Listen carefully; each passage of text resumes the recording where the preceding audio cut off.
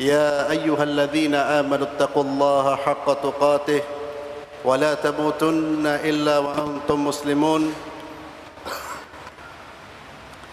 يا أيها الناس اتقوا ربكم الذي خلقكم من نفس واحدة وخلق منها زوجها وبث منهما رجالا كثيرا واتقوا الله الذي تساءلون به والأرحام إن الله كان عليكم رقيبا يا أيها الذين آمنوا اتقوا الله وقولوا قولا سديدا يصلح لكم أعمالكم ويغفر لكم ذنوبكم ومن يطع الله ورسوله فقد فاز فوزا عظيما فإن أصدق الحديث كتاب الله وخير الهدي هدي محمد صلى الله عليه وسلم وشر الأمور محدثاتها وكل محدثة بدعة وكل بدعة ضلالة. معاشر المسلمين جماعة صلاة جمعة رحمني ورحمكم الله أوصيكم ونفسي الخاطئ المذنب بتقوى الله فقد فاز المتقون. Khatib berwasiat untuk diri pribadi dan juga kepada para jamaah sekalian agar senantiasa menjaga ketakwaan kepada Allah Subhanahu wa taala dengan senantiasa menjalankan perintah-perintah Allah dan menjauhi larangan-larangan Allah dimanapun dan kapanpun berada. Ittaqullah, takwalah kepada Allah, faqad fazal muttaqun, dan kemenangan milik orang-orang yang bertakwa. Ma'asyiral muslimin rahimani wa rahimakumullah. Ada sebuah hadis yang menjadi peringatan untuk kita semua, untuk kita yang melakukan kebaikan atau mengerjakan amal-amal ketaatan atau yang sedang menyibukkan diri dengan melakukan proyek-proyek kebaikan. Ada satu hadis yang bisa kita jadikan sebagai peringatan buat kita agar kita bisa menjalankan dan melakukan kebaikan-kebaikan tersebut dengan ikhlas, dengan tulus, dengan niat semata-mata mengharapkan ridha Allah Subhanahu wa taala. Hadis ini dicatat oleh Imam Muslim bahwasanya Abu Hurairah radhiyallahu tabaraka wa taala beliau menceritakan bahwa Nabi Muhammad sallallahu alaihi wasallam pernah bersabda, yang mana di dalam sabda tersebut Nabi menyampaikan ada 3 golongan di hari kiamat, 3 golongan manusia yang Allah Subhanahu wa taala akan menyidang mereka. Artinya mereka orang-orang yang mula-mula disidang dan dilempar ke dalam api neraka. 3 golongan yang disidang pertama dan termasuk orang-orang yang mula-mula dilempar ke dalam api neraka. Siapa ketiga golongan tersebut? Ketiga golongan tersebut adalah orang-orang yang di dunia melakukan ketaatan-ketaatan yang luar biasa hebatnya. Mereka adalah orang-orang yang di dunia melakukan kebajikan-kebajikan yang tidak mampu dilakukan oleh semua orang. Hanya sedikit orang yang mampu melakukan itu. Namun kenapa mereka dilempar ke dalam api neraka? 3 golongan tersebut, yang pertama adalah orang-orang yang mati di medan perang. Mati di medan perang dan mati di barisan pasukan kaum muslimin. Dia meninggal di dalam suatu peperangan antara Islam dengan orang-orang kafir. Lantas ma'asyiral muslimin, orang yang meninggal di tempat yang mulia dan di saat melakukan pekerjaan yang paling mulia, yaitu jihad fisabilillah, justru dia adalah orang yang dilempar pertama kali oleh Allah ke dalam neraka. Limadha? Karena orang ini ma'asyiral muslimin, dia berjihad, ternyata dia bukan untuk mencari ridhanya Allah, Dia berjihad agar mendapatkan gelar pahlawan. Dia berjihad agar diberi gelar sebagai orang pemberani, pahlawan, dan seterusnya. Ketika dia disidang di hadapan Allah, dia pun pertama mengatakan, "Ya Allah, saya berjuang demi menegakkan agamamu. Saya berjuang demi membela agamamu." Tentunya Allah Maha mengetahui siapa yang jujur dan siapa yang berdusta. Allah katakan, "Kadzabta, engkau berdusta.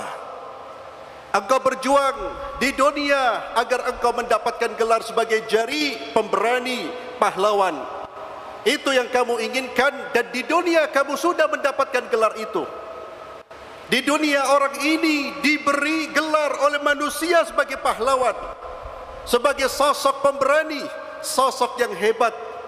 Waqad qil, kamu sudah mendapatkan gelar apa yang kamu inginkan di dunia, maka di akhirat pun dia dilempar oleh Allah ke dalam api neraka." Yang kedua, ma'asyiral muslimin, orang yang dilempar ke dalam api neraka, yang pertama orang yang berjihad, yang kedua orang-orang yang mempelajari ilmu syar'i. Bahkan di dunia dia tidak hanya belajar, dia mengajarkan ilmu syar'i, dan dia penghafal Al-Quran. Dia qari, dia membaca Al-Quran, diundang ke sana kemari, dan dia mendapatkan gelar sebagai seorang qari, ahli Quran, orang yang berilmu. Dan nasib golongan yang kedua ini sama seperti yang pertama. Dia dilempar oleh Allah ke dalam api neraka. Kenapa? Karena salah menempatkan niat. Ternyata dia belajar ilmu, dia mengajarkan ilmu, dia membaca Al-Quran, dia gunakan hafalannya agar mendapatkan pengakuan dari manusia, bukan pengakuan dari Allah Subhanahu wa ta'ala. Maka ketika dia di hari kiamat, dia ingin membela dirinya, Allah katakan, "Kadzabta, engkau berdusta." Karena manusia di hadapan Allah tidak akan mampu berdusta, tapi di hadapan kita, sesama kita, kita mampu berdusta. Kita mampu menggunakan topeng yang sebetulnya itu bukan jati diri kita. Kita mampu menyembunyikan kejahatan, keburukan dalam hati kita, tapi di hadapan Allah semua akan tersingkap, semua akan telanjang, semua akan terlihat jati diri orang tersebut. Maka ketika dia mengatakan, "Ya Allah, saya belajar untuk membela agamamu, untuk mengajarkan ilmu kepada manusia," kata Allah, "Kadzabta." Engkau mengajarkan agar engkau disebut alim, agar kau mendapatkan gelar ulama, agar kau mendapatkan gelar qari, ahli baca Quran. Waqad qil, dan kau sudah mendapatkan gelar itu. Artinya orang ini di hadapan manusia, orang yang sudah mendapatkan gelar alim, dia orang yang berilmu. Dan ternyata di hari kiamat dia orang yang pertama akan dilempar ke dalam neraka. Yang ketiga, ma'asyiral muslimin, orang yang suka berderma, ahli berderma. Infak bukan sekali dua kali, Pak. Begitu banyaknya, seringnya dia berderma sehingga masyarakat, manusia menjulukinya sebagai jawad, orang yang ahli berderma. Dan kita tahu fadilah infak fisabilillah. Kita tahu fadilah infak fisabilillah, fadilah yang besar. Ternyata orang ini dengan infaknya justru dilemparkan ke dalam api neraka. Limadha? Karena niatnya, ma'asyiral muslimin, dia berderma ternyata ingin mendapatkan gelar, pujian, pengakuan dari manusia. Dia ingin mendapatkan pujian sebagai seorang yang jawad, sebagai seorang yang dermawan. Allah murka dan Allah lemparkan orang ini ke dalam api neraka. Ma'asyiral muslimin, riwayat ini merupakan riwayat yang betul-betul harus terus kita ingat, harus terus kita ulang di dalam pikiran kita. Bahkan hadis ini, ma'asyiral muslimin, yang menyebabkan beberapa ulama, orang-orang salaf ini, para sahabat, para ulama membaca hadis ini, mereka menangis, bahkan ada yang pingsan. Kekhawatiran, takut amal-amal mereka, kebaikan-kebaikan mereka tidak diterima oleh Allah. khawatir niat-niat yang selama ini mendorong mereka beramal ternyata bukan karena Allah, ternyata semuanya hanya semata-mata karena ingin mendapatkan kedudukan dan pengakuan manusia. Dia mengabaikan Allah subhanahu wa ta'ala. Ma'asyiral muslimin, a'azzallahu ayyakum. Ini yang menunjukkan pentingnya ikhlas, pentingnya kita selalu mengoreksi, mengevaluasi apa pendorong amal-amal kita, apa pendorong kita beraktivitas, berkecimpung dalam dunia kebaikan, apa pendorong kita berkecimpung dalam dunia dakwah, apa pendorong kita melakukan ketaatan-ketaatan kepada Allah. Selalu kita evaluasi sebelum terlambat, sebelum kita meninggal dunia. Kemudian ketika tatkala kita mau melihat buah dari amal-amal kita ternyata tidak apa-apa kecuali api neraka, sebelum kita disingkap jadi diri kita, maka hendaknya kita memperhatikan apa pendorong dan niat dari semua aktivitas kita. Ma'asyiral muslimin, ikhlas secara sederhana artinya semata-mata melakukan amalan ketaatan karena Allah. Tidak ada pendorong kecuali untuk mendapatkan ridhanya Allah. Ini makna ikhlas. Dan ikhlas inilah, ma'asyiral muslimin, merupakan fondasi dan asas dalam bangunan keislaman kita. Allah Azza wa Jalla berfirman di dalam surat Al-Bayyinah ayat yang kelima, "Wa ma umiru illa liya'budullaha mukhlishina lahu wa yuqimus salata wa yu'tuz zakata wa dzalika dinul qayyimah." Padahal mereka manusia tidak disuruh kecuali supaya mereka menyembah Allah dengan memurnikan kebaikan kepada Allah. Itulah tujuan utama manusia diciptakan oleh Allah, beribadah kepada Allah, dan dia memurnikan ibadahnya hanya kepada Allah subhanahu wa ta'ala, dan menunaikan salat, menunaikan zakat. Dan itulah kata Allah, agama yang lurus. Ma'asyiral muslimin, a'azzallahu wa iyyakum, ikhlas ini tidak akan diketahui kecuali oleh pemiliknya dan Allah Azza wa Jalla. Allah Azza wa Jalla yang paling tahu siapa yang ikhlas dan siapa yang tidak ikhlas. Kita tidak bisa menilai, karena keikhlasan merupakan amalan hati. Sekalipun meskipun amalan hati, namun ada tanda-tanda keikhlasan yang tanda-tanda ini kita jadikan sebagai bahan evaluasi untuk mengevaluasi diri kita. Itulah tanda-tanda yang disebutkan oleh salah seorang salafus saleh, Dhunnun al-Misri, yang dinukil oleh Imam An-Nawawi rahimahullah di dalam beberapa karya tulis beliau. Kata Imam Dhunnun al-Misri rahimahullah, tanda-tanda ikhlas beliau menyebutkan ada 3. Tentu 3 ini bukan pembatasan. Yang pertama, orang yang ikhlas adalah orang yang ketika dipuji dan dicela dia tidak akan berhenti beramal. Istiwa'ul madhi wal dhammi minal 'ammah. Celaan manusia, pujian manusia tidak akan merubah aktivitas dia untuk senantiasa melakukan ketaatan kepada Allah. Ini ciri orang ikhlas, ma'asyiral muslimin. Kalau kita, ini bahan evaluasi buat kita, kalau kita dicela orang, dihina orang dalam melakukan kebaikan, kemudian kita berhenti melakukan kebaikan tersebut, jangan-jangan kebaikan yang kita lakukan selama ini bukan karena Allah, karena memang ingin mendapatkan pengakuan manusia. Kalau kita, ma'asyiral muslimin, berbuat kebaikan, ada kesempatan untuk berbuat kebaikan, namun kita kemudian tidak mengambil kesempatan tersebut. Kenapa? Karena melihat orang yang akan kita perlakukan dengan baik ternyata orang yang pernah berbuat jahat kepada saya. Karena dia pernah berbuat jahat kepada saya tidak akan berbuat kebaikan kepada orang. Itu bukan sikap orang ikhlas. Kenapa? Karena orang yang ikhlas, ma'asyiral muslimin, dia tidak melihat manusia. Manusia ini kosong, tidak ada nilainya. Orang yang ikhlas, dia hanya melihat Allah Azza wa Jalla yang selalu diagungkan, akbar, a'zam, azim, jalil.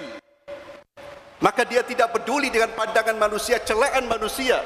Dia tetap berjalan di jalan yang benar apapun komentar manusia. La nuridu minkum jazaan wala syukura. Prinsipnya orang yang ikhlas adalah kami tidak butuh balasan dan tidak butuh ucapan terima kasih. tapi kami melakukan ini karena Allah Subhanahu wa taala. Barakallahu li wa lakum fil Qur'anil azim wa nafa'ni wa iyyakum bima fihi minal ayati wa dhikril hakim wa taqabbalallahu minna wa minkum tilawatahu innahu was-sami'ul 'alim.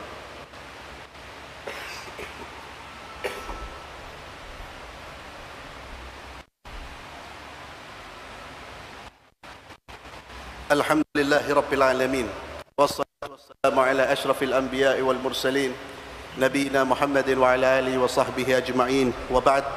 Ma'asyiral muslimin rahimakumullah. Yang kedua, orang ikhlas sebagaimana disebutkan oleh Dhunnun al-Misri, nisyanu ru'yatil a'mal fil a'mal.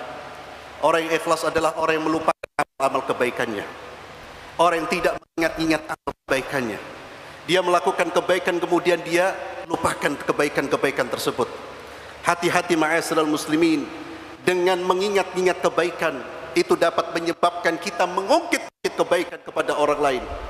Dengan mengatakan dulu saya pernah ini, itu justru membuat orang akhirnya merusak amal perbuatannya agar dia dengan sikap dan perilaku agar dia mendapatkan pujian, agar dia mendapatkan sanjungan. Orang yang mukhlis karena Allah, dia melakukan kebaikan yang dia lakukan kepada manusia. Yang dia ingat adalah kebaikan manusia kepada dirinya. Dia lupakan kebaikan dia kepada orang lain, tapi dia ingat kebaikan orang lain kepada dirinya. Justru tidak terbalik. Terkadang manusia melupakan kebaikan orang kepada dirinya, tapi yang selalu dia ingat adalah kebaikan-kebaikan dia kepada orang lain. Ini dapat membuat orang menjadi arogan, menjadi angkuh karena dia merasa punya banyak jasa, punya banyak kebaikan kepada orang lain. Yang ketiga, ma'asyiral muslimin, yang terakhir, wa iqtida'u thawabil 'amil fil akhirah. Tanda orang yang ikhlas adalah dia senantiasa mencari balasan di akhirat. Tidak terbetik di dalam fikirannya, tidak ada keinginan untuk mendapatkan sesuatu dari manusia, wala pujian, wala kedudukan. Dia beramal betul-betul, saya beramal karena Allah, saya berbuat karena Allah Subhanahu wa ta'ala. Kita berbuat, ma'asyiral muslimin, ada keinginan-keinginan agar saya mendapatkan ini dan itu dari manusia, ketahuilah keinginan tersebut akan merusak keikhlasan kita. Carilah pahala di sisi Allah, dan hanya orang-orang yang cerdas yang mencari pahala di sisi Allah dan mengabaikan balasan-balasan dari manusia.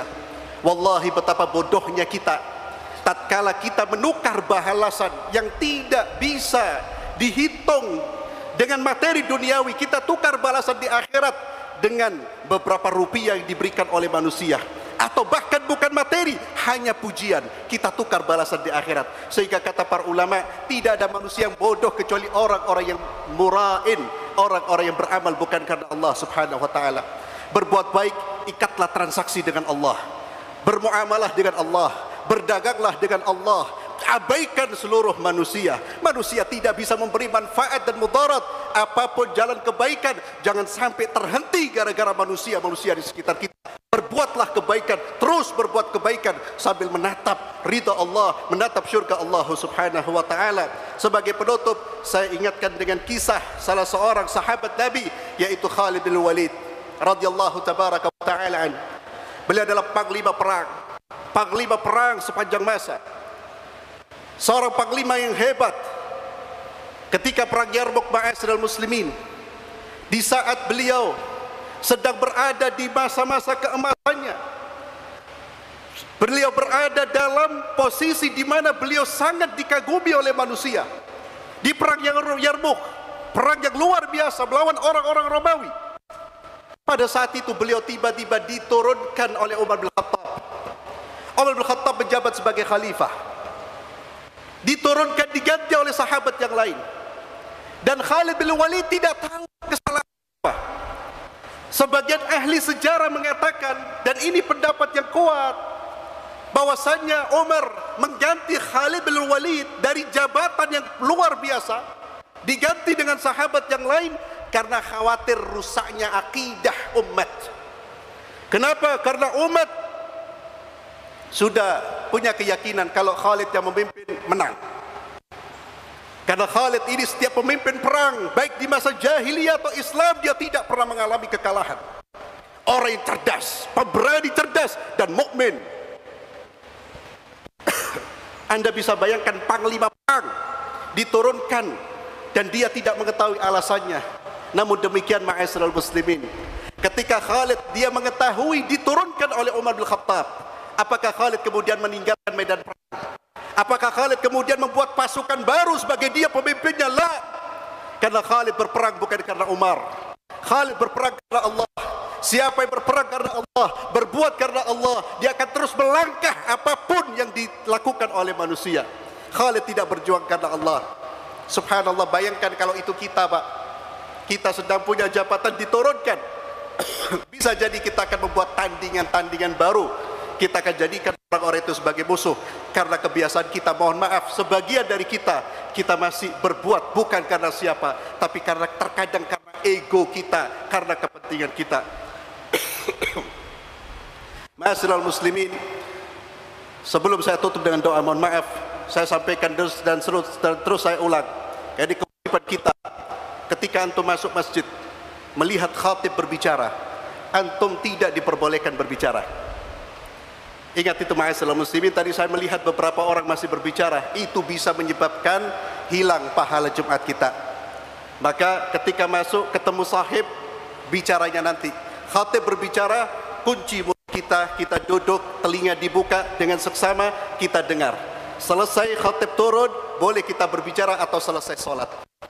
Agar khutbah Jumat, agar ibadah Jumat kita mendapatkan pahala yang sempurna dari Allah Subhanahu wa taala. Allahumma salli wa sallim ala nabiyyina Muhammad.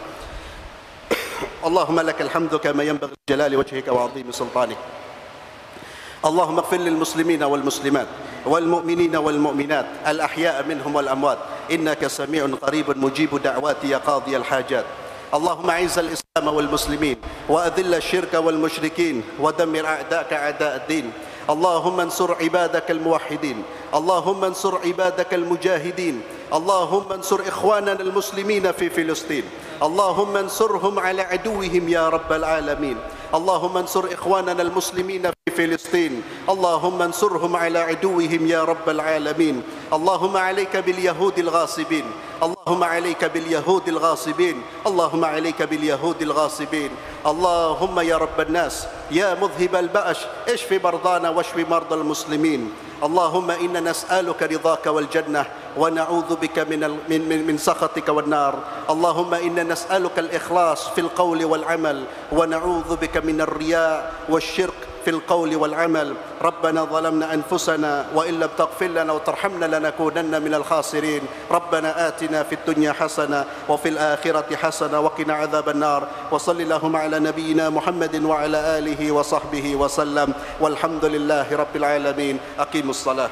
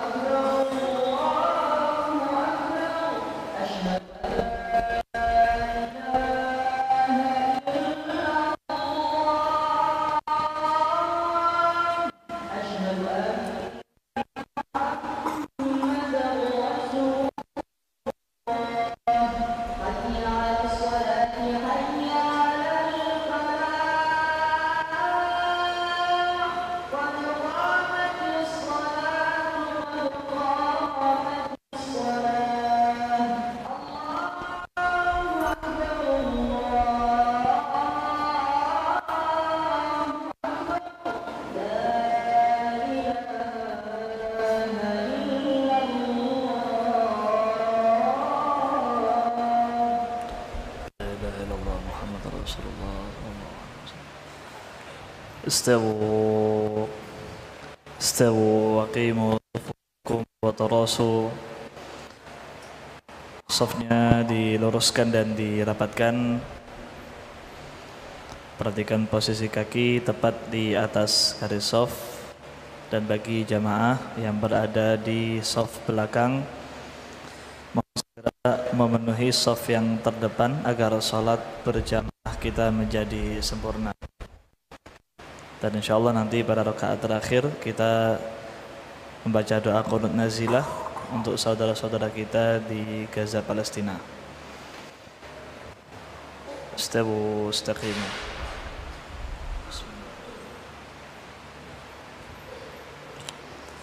الله أكبر.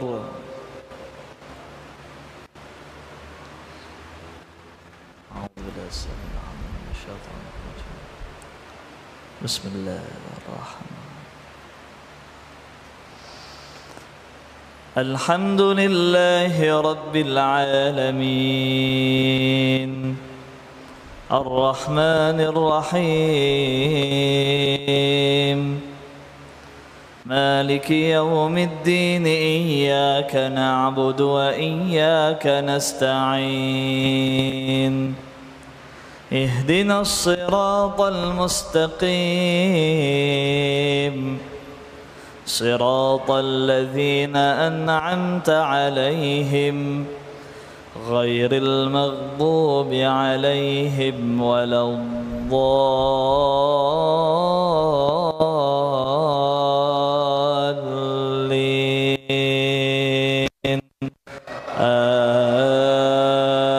آمين. بسم الله الرحمن الرحيم.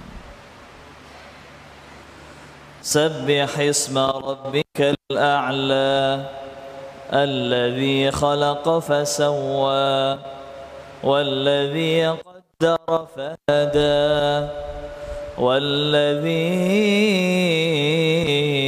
أخرج المرعى فجعله غثاء أحوى سنقرئك فلا تنسى إلا ما شاء الله إنه يعلم الجهر وما يخفى ونيسرك لليسرى فذكر إن نفعت الذكرى سيذكر من يخشى ويتجنبها الأشقى الذي يصلى النار الكبرى ثم لا يموت فيها ولا يحيا قد أفلح من تزكى وذكر اسم ربه فصلى بل تؤثرون الحياة الدنيا والآخرة خير وأبقى إن هذا لفي الصحف الأولى صحف إبراهيم وموسى. الله أكبر.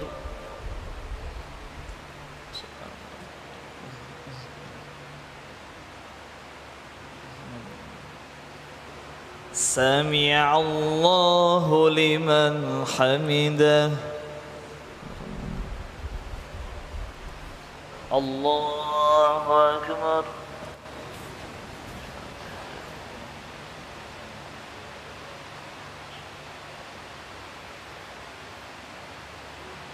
الله أكبر.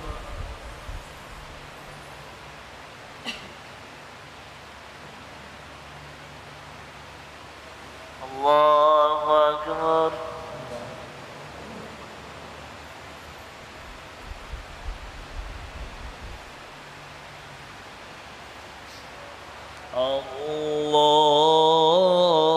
الله أكبر. بسم الله الرحمن الرحيم. الحمد لله رب العالمين الرحمن الرحيم مالك يوم الدين إياك نعبد وإياك نستعين اهدنا الصراط المستقيم صراط الذين أنعمت عليهم غير المغضوب عليهم ولا الضالين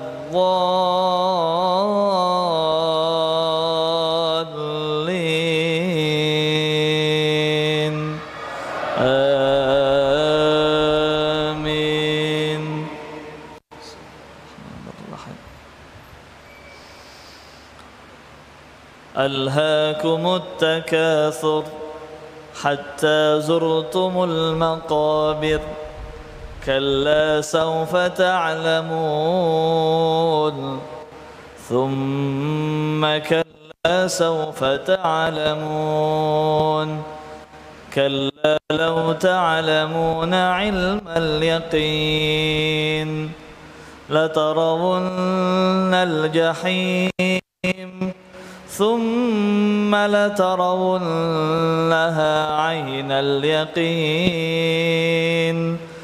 ثم لتسألن يومئذ عن النعيم. الله أكبر.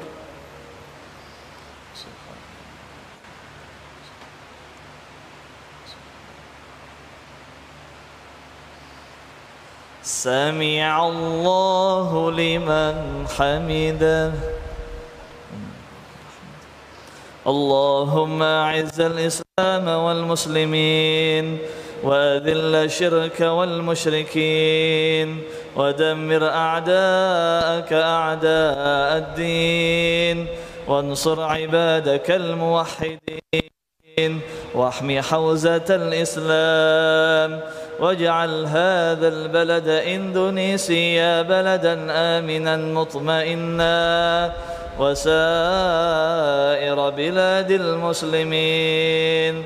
اللهم يا ناصر المظلومين انصر إخواننا المجاهدين والمستضعفين في سبيلك في غزة خاصة وفي فلسطين عامة، على اليهود الغاصبين، على اليهود الملعونين. اللهم كن لهم ناصرا ومعينا.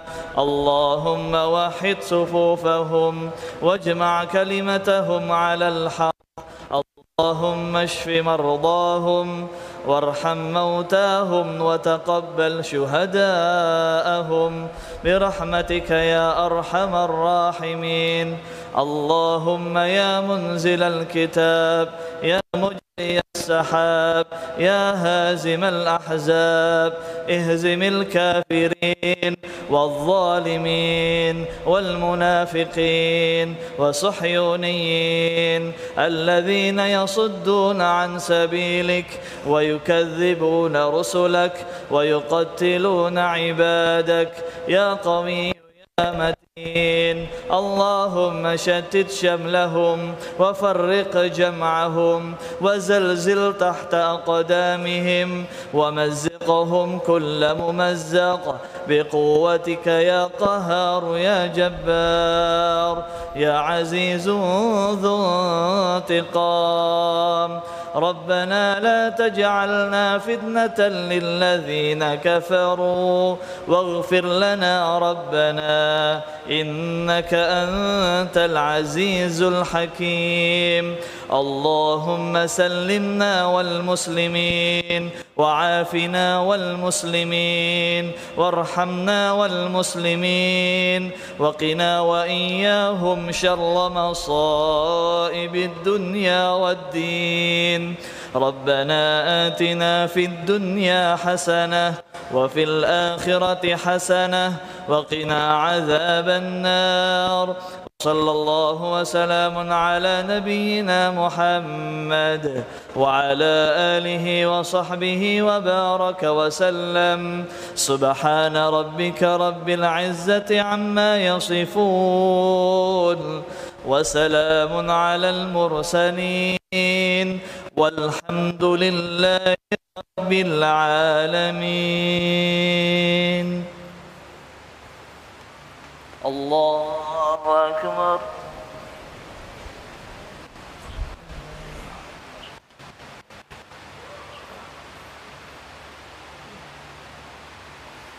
الله أكبر.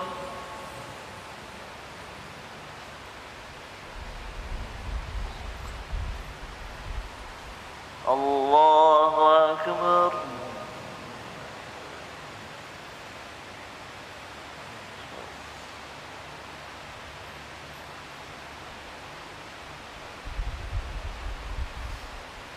Allahu Akbar.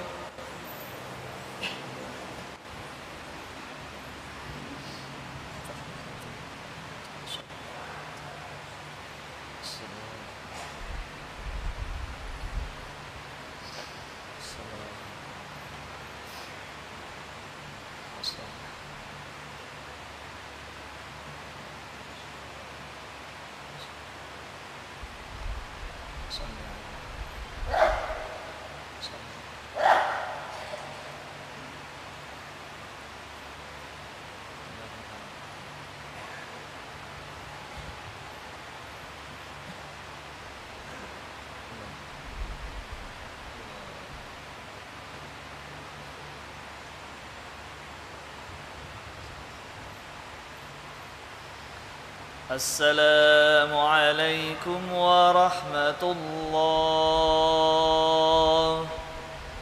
السلام عليكم ورحمة الله.